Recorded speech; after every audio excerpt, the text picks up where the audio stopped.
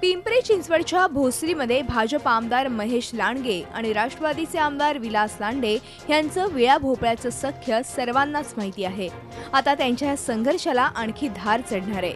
निमित्त आहे भोसरीच्या प्रभाग क्रमांक 5 मधली लढत। गेली 15 वर्ष या प्रभागाचं प्रतिनिधित्व करणाऱ्या राष्ट्रवादीच्या अजित गव्हाणे यांना आमदार महेश लांडगे यांचे बंधू सचिन उर्फ भैया लांडगे यांनी आव्हान दिलंय।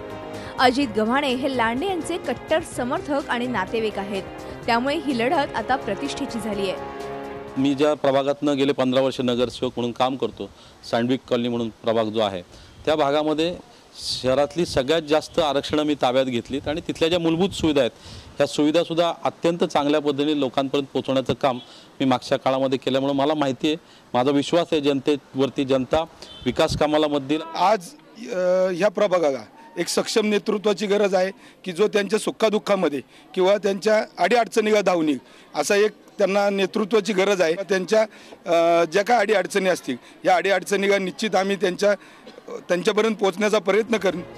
भोसरी विधानसभा मतदारसंघात येणाऱ्या जास्तीत जास्त जागा जिंकत विधानसभेत झालेला भाजपचा विजय हा अपघात नाही हे महेश लांडगे यांना सिद्ध करायचंय, तर विलास लांडे यांना आपला बालेकिल्ला पुन्हा मजबूत करायचा आहे। त्यामुळे ह्या दोघांमध्ये संघर्ष सुरू झालाय।